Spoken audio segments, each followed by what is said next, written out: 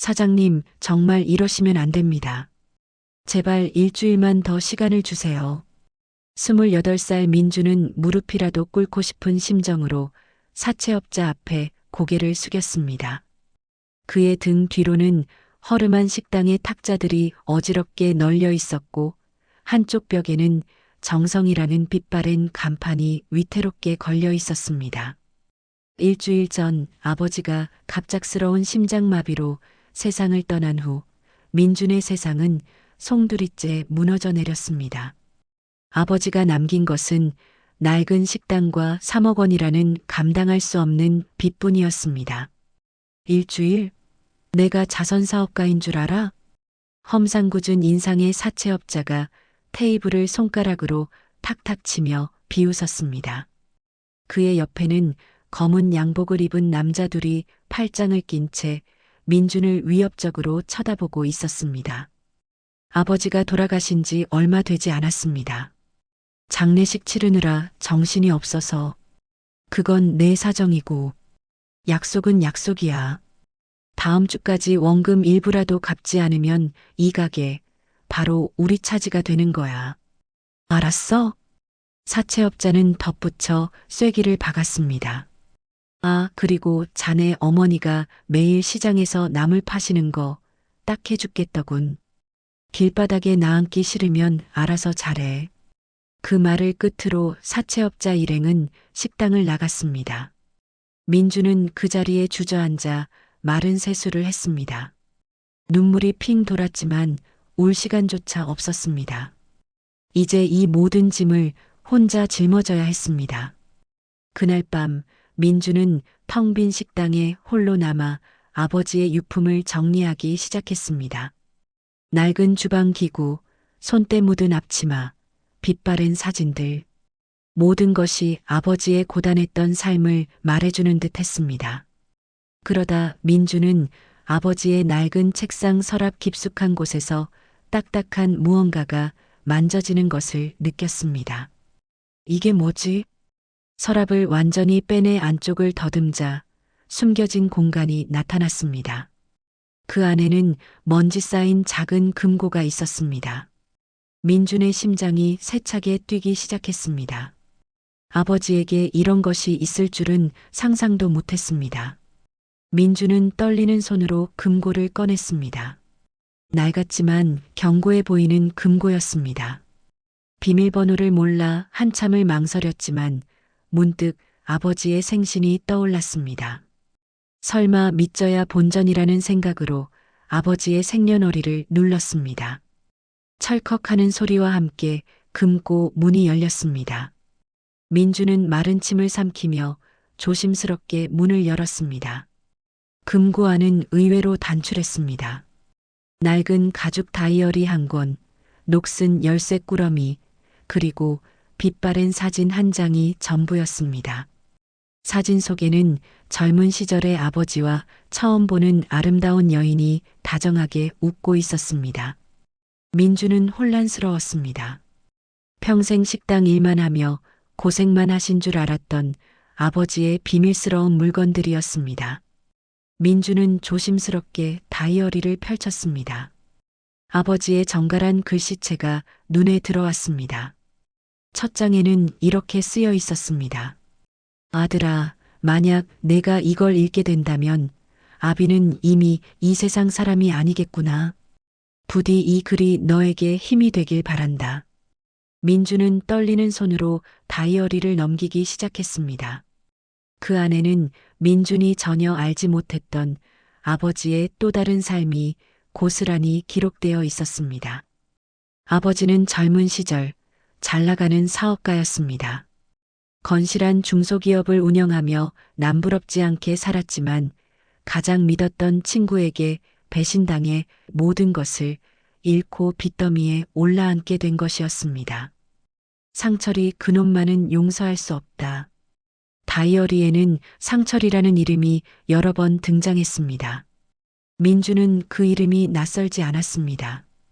아버지의 장례식장에 와서 눈물을 흘리며 슬퍼했던 아버지의 가장 친한 친구라는 상철 아저씨였습니다. 다이어리 마지막 장에는 주소 하나가 적혀 있었습니다. 서울시 강남구 청담동 112-5번지. 모든 것은 그곳에 있다. 민준의 눈빛이 흔들렸습니다. 이것은 단순한 유품이 아니었습니다. 아버지가 남긴 마지막 메시지이자 뒤바뀐 운명을 되돌릴 유일한 열쇠였습니다. 다음 날 아침 민주는 다이어리에 적힌 주소를 찾아 서울 강남으로 향했습니다. 서울의 번화가 중에서도 가장 호화롭다는 청담동이었습니다. 거리를 가득 메운 명품 매장과 고급 외제차들은 민준의 낡은 옷차림과 묘한 이질감을 자아냈습니다. 다이어리에 적힌 청담동 112-5번지에 도착하자 눈앞에는 고풍스러운 유럽식 대문이 굳게 닫힌 채 위용을 뽐내고 있었습니다. 여기가 아버지의? 민주는 한참을 망설였습니다. 평생 성실하게 살아온 아버지의 삶과는 너무나 동떨어진 곳이었습니다. 그러나 그는 곧 이내 이 모든 것이 아버지의 삶에 숨겨진 진실이라는 것을 직감했습니다. 민주는 용기를 내어 대문을 열고 안으로 들어갔습니다. 잘 가꿔진 정원 한가운데에 2층짜리 고급 양옥집이 서 있었습니다. 인기척 없는 고요한 집이었습니다. 민주는 주변을 조심스럽게 살폈습니다. 다이어리에는 집안의 작은 서재, 벽난로 뒤에 숨겨진 금고라고 적혀 있었습니다. 민주는 곧바로 서재로 향했습니다. 집안은 먼지가 수북이 쌓여 있었지만 모든 가구와 집기는 고급스러웠습니다. 다이어리에 적힌 대로 서재 벽난로 뒤를 더듬자 손에 닿는 곳에 작은 돌출부가 느껴졌습니다. 그 부분을 누르자 벽의 일부가 회전하며 작은 금고가 나타났습니다. 민주는 금고의 문에 아버지가 남긴 녹슨 열쇠를 꽂았습니다. 딸깍 소리와 함께 금고가 열렸습니다. 안에는 오래된 서류 봉투 하나와 또 다른 열쇠 꾸러미가 들어 있었습니다. 서류 봉투를 열자 아버지의 마지막 메시지가 담긴 편지가 나타났습니다. 민주는 떨리는 손으로 편지를 꺼냈습니다. 편지에는 아버지의 모든 비밀과 배신에 대한 진실이 담겨 있었습니다. 아들아, 만약 내가 여기까지 왔다면 아버지가 남긴 마지막 유언을 들을 준비가 된 것이겠지. 나는 너에게 거짓말을 했다. 내가 운영하던 회사는 내 가장 친한 친구라고 믿었던 이상철에게 넘어갔다. 편지에는 모든 것이 상세하게 적혀 있었습니다. 이상철은 아버지의 사업 파트너였고 오랜 시간 동안 함께 동고동락하며 회사를 키워왔다고 했습니다. 하지만 상철은 끊임없는 욕심에 눈이 멀어 회사의 자금을 빼돌렸고 결국 아버지를 파산에 이르게 했습니다. 아버지는 모든 것을 잃은 채 절망했지만 마지막 순간까지 상철에게 복수할 기회를 노리고 있었습니다. 나는 모든 것을 잃었다. 그러나 나는 너희를 잃고 싶지 않았다. 나는 상철이 언젠가 나를 죽이려고 할 것을 알았다. 그래서 나는 상철의 눈을 피해 잠적하기로 결심했다. 그리고 조용히 너희 가족의 곁을 지키며 복수를 계획했다. 민주는 편지를 읽으며 충격에 휩싸였습니다. 아버지는 죽은 것이 아니라 상철의 위협을 피해 죽은 척하며 가족을 지키기 위해 숨어 살았던 것입니다. 다이어리에 적혀 있던 주소는 아버지의 비상 거처였습니다. 아버지는 그곳에서 비밀리에 자금을 모았고 상철의 비리를 추적하고 있었습니다. 편지에는 아버지가 상철의 비리를 증명할 결정적인 증거들을 모아두었다고 적혀 있었습니다. 아버지는 그 증거들과 함께 그동안 모아둔 막대한 재산을 민준에게 남긴 것이었습니다. 편지 아래에는 또 다른 지시가 있었습니다. 마지막 열쇠 꾸러미를 가지고 나의 마지막 증거를 찾아서 상철에게 복수해라. 너는 내 아들이고 너의 복수는 너의 아버지를 위한 일이다. 민준의 심장이 격렬하게 뛰기 시작했습니다. 복수심과 분노가 그의 가슴을 끓어오르게 했습니다. 그는 아버지의 편지를 손에 든 채 한참을 서 있었습니다.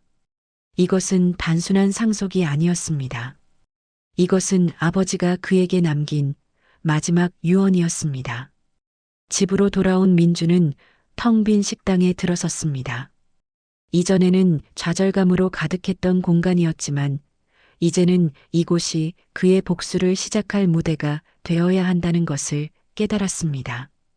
그날 밤 민주는 아버지의 유골함이 안치된 납골 땅을 찾아갔습니다. 그가 방문한 시간에는 인적이 드물었고 고요한 공간에는 민준의 숨소리만이 희미하게 울렸습니다. 민주는 아버지의 유골함 앞에서 무릎을 꿇었습니다. 아버지, 저 민준이에요. 민준의 목소리가 떨렸습니다. 그는 아버지의 사진을 한참 동안 바라보다가 가슴에 묻어두었던 모든 진실을 털어놓기 시작했습니다. 다이어리 열쇠, 그리고 편지 속 아버지의 이야기까지. 그는 아버지의 고단하고 외로운 삶을 상상하며 눈물을 흘렸습니다. 왜 혼자서 모든 것을 감당하셨어요? 왜 말씀하지 않으셨어요? 민준의 목소리가 흐느낌으로 변했습니다. 하지만 이제 괜찮아요. 제가 다 알았으니까. 아버지가 왜 그렇게 홀로 고생하셨는지 이제 알았어요. 민주는 아버지가 마지막까지 그에게 남긴 복수의 메시지를 생각했습니다. 아버지가 이 모든 것을 겪으면서까지 지키려 했던 것은 단순한 재산이 아니라 가족의 자존심과 정의였습니다. 아버지, 이제 제가 아버지의 마지막 유언을 이룰게요. 이 모든 걸 되찾아올게요. 아버지의 명예와 우리 가족의 자존심을 제가 지켜낼게요. 지켜봐 주세요. 아버지. 민주는 아버지가 남긴 다이어리와 편지를 보며 결연한 의지를 다졌습니다. 그는 더 이상 가난하고 힘없는 식당 아들이 아니었습니다. 이제 그는 아버지의 모든 것을 이어받은 후계자이자 복수를 위해 움직이는 사냥꾼이었습니다. 그는 먼저 다이어리에 적힌 대로 비자금을 회수하고 변호사와 사설탐정을 고용하여 상철의 모든 행적을 낱낱이 파헤치기 시작했습니다. 이 모든 일은 철저히 비밀리에 진행되었습니다. 민준의 계획은 빈틈없이 진행되었습니다. 아버지의 재산은 생각보다 훨씬 더 막대한 금액이었습니다. 아버지는 오랜 시간 동안 상철의 눈을 피해 자금을 축적하고 그의 비자금을 추적하고 있었습니다. 민주는 변호사와 회계사를 고용하여 상철이 빼돌린 자금의 흐름을 역추적했고 사설탐정을 통해 상철의 모든 것을 감시했습니다. 상철은 이미 아버지의 회사를 빼앗아 재성그룹이라는 이름으로 사세를 확장하며 호화로운 삶을 누리고 있었습니다.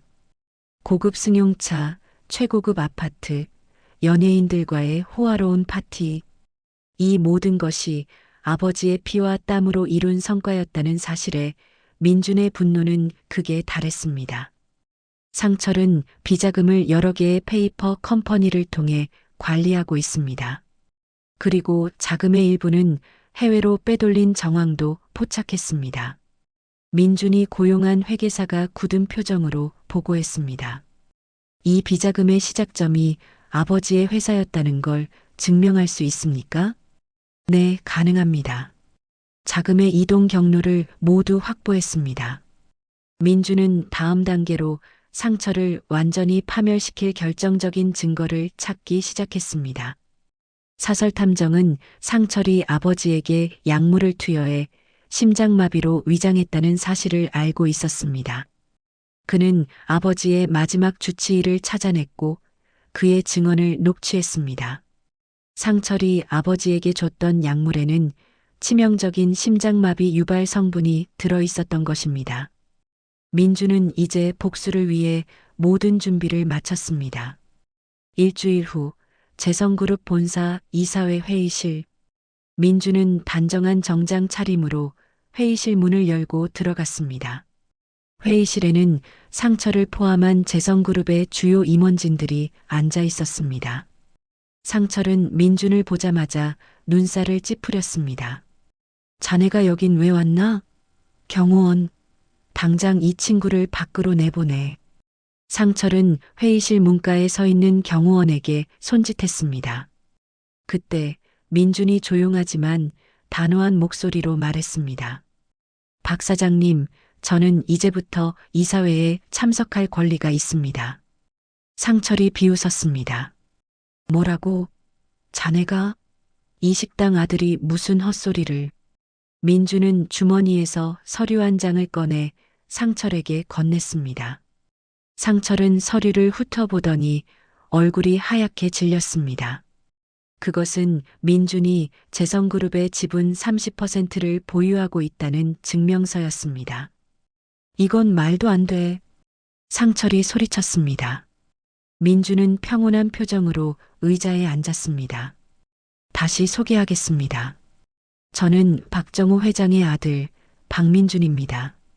그리고 오늘 이 자리에서 당신의 모든 범죄를 낱낱이 밝히러 왔습니다. 상철의 얼굴이 일그러졌습니다. 무슨 헛소리야. 내 아비는 죽었어. 아버지는 죽은 척 숨어 지냈을 뿐입니다. 당신 같은 쓰레기에게서 가족을 지키기 위해서. 민준은 준비한 태블릿 PC를 켰습니다. 화면에는 상철이 비자금을 빼돌리는 영상과 주치의의 증언이 담긴 녹취 파일이 재생되었습니다. 이건 조작된 거야. 상철은 흥분해서 소리쳤지만 이미 회의실에 모인 사람들은 그를 의심스러운 눈빛으로 바라보고 있었습니다.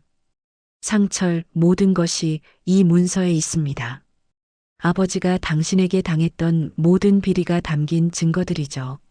민주는 다이어리에서 꺼낸 마지막 열쇠를 이용해 찾은 비밀 장소에 숨겨져 있던 모든 서류를 이사회에 공개했습니다. 모든 자금 흐름과 당신이 저지른 모든 비리가 상세히 기록되어 있습니다. 그리고 이것은 당신이 아버지에게 독극물을 투여했다는 증거입니다.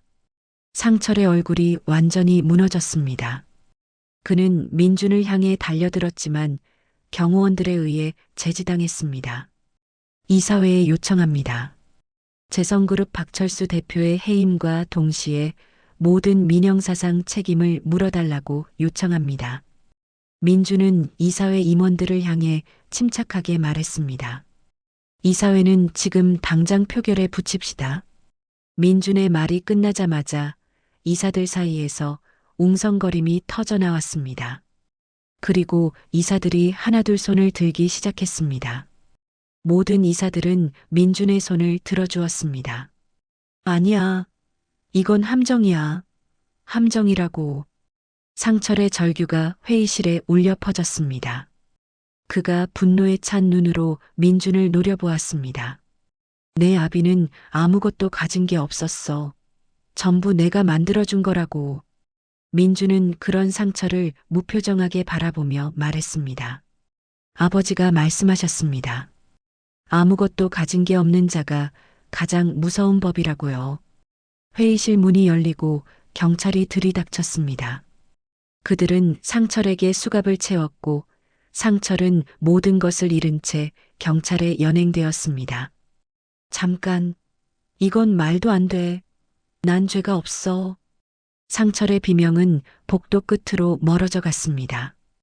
회의실에는 민준과 남은 임원들만이 앉아 있었습니다. 이제 재성그룹의 모든 권한은 박민준 사장님에게로 넘어갑니다. 회장의 말이 끝나자 민준은 천천히 자리에서 일어났습니다. 그는 상철이 앉아있던 회장실로 들어갔습니다. 넓은 회장실은 그의 아버지의 옛 회사와는 비교할 수 없을 만큼 화려했습니다.